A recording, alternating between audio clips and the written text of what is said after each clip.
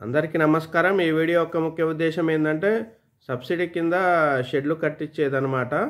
దానికి ఏమేం చేయాలనే దాని గురించి నేను కొంతమందిని అడిగి వాళ్ళ కాంచి అభిప్రాయం తీసుకొని మీకు చెప్తున్నా. ఇదేంటంటే ఎంజీఎన్ ఆర్ఈజీఎస్ కింద సబ్సిడీ, ఈ పథకం కింద సబ్సిడీ ఇస్తారనమాట. దీని ఉద్దేశం ఏంటంటే మేకలకైనా గొర్రెలకైనా లేకుంటే బర్రెలకైనా కోళ్ళకైనా దేని కింద షెడ్ మనం నిర్మించుకుంటే వాటికి సబ్సిడీ కింద మనకు అమౌంట్ ఇస్తారనమాట. దాని ముఖ్య ఉద్దేశాలు ఇదేంటంటే ఓన్లీ ఉపాధి హామీ పథకం కింద మాత్రమే ఇది లోన్ సబ్సిడీ కింద ఇది వస్తుంది అనమాట.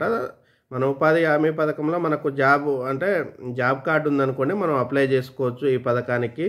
దీనికి ఏం చేస్తారంటే ఫస్ట్ లోకల్ వెటనరీ డాక్టర్ ఉంటారు కదా, అతను ఏంటంటే మన కాడ పశువులు ఉన్నట్టు నిర్ధారించి ఒక సర్టిఫికెట్ ఇస్తాడనమాట. ఆ సర్టిఫికెట్ని మన మండలంలో ఉన్న ఉపాధి హామీ డిపార్ట్మెంట్ ఉంటుంది కదా, అక్కడ మనం సబ్మిట్ చేయాలి. సబ్మిట్ చేస్తే అది సబ్మిట్ చేసిన తర్వాత ఏమైందంటే మీరు కంపల్సరీ ఉపాధి హామీలో జాబ్ హోల్డర్ అయి ఉండాలి. లేకుంటే మీరు అది అప్లై చేసుకోండి. మీ కాడ ఉపాధి హామీ ఫీల్డ్ అసిస్టెంట్ ఉంటాడు కదా, అతని కాడ మీరు అది అప్లై చేసుకోవచ్చు. దీని ప్రకారం ఏంటంటే 2 పశువులకు 4 పశువులకు 6 పశువులకు అనమాట. 2 పశువులు ఉంటేనేమో 1,15,000 ఇస్తారు. దాంట్లో 10% మనం కట్టాలి, 11,500. 4 పశువులు ఉంటేనేమో 1,85,000 ఇస్తారు అనమాట. దాంట్లో 18,500 మనం కట్టాలి, మిగిలిన వాళ్ళు ఇస్తారు. 6 పశువులు అయితే 2,30,000. దీంట్లో 23,000 మనం కట్టాలి, మిగిలినది సబ్సిడీ కింద వాళ్ళు ఇచ్చేస్తారు అనమాట. ఇది 6 పశువులకు వచ్చేసి 240 చదరపు అడుగుల విస్తీర్ణం ఉండాలి. 1 చదరపు అడుగు 1000 రూపాయలు లెక్క ఇస్తారనమాట వాళ్ళు. ఇక 50 జీవాలు అంటే గొర్రెలు మేకలు మనం తీసుకున్నాం అనుకోండి, 2,30,000 రూపాయలు మనం దానికి 30% మనం కట్టుకోవాలి. 69,000 అయితే మిగిలే వాళ్ళు ఇస్తారనమాట. సేమ్ 100 కోళ్ళకు కూడా అంతే.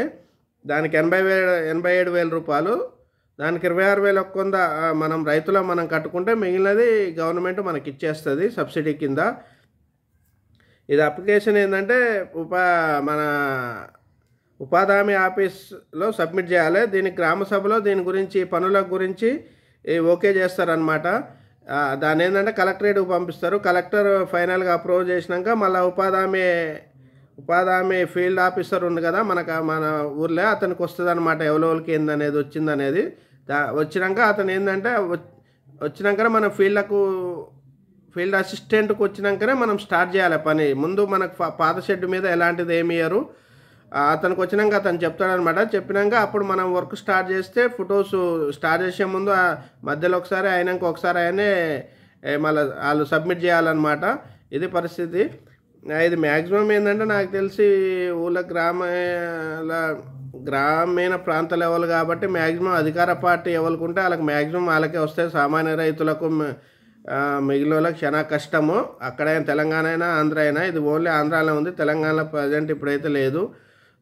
అందుకనే ఒకసారి దీని గురించి ఆలోచించి అప్లై చేయండి. అప్లై చేస్తే వస్తే మీకు అదృష్టవంతులే అనమాట. చూసుకోండి.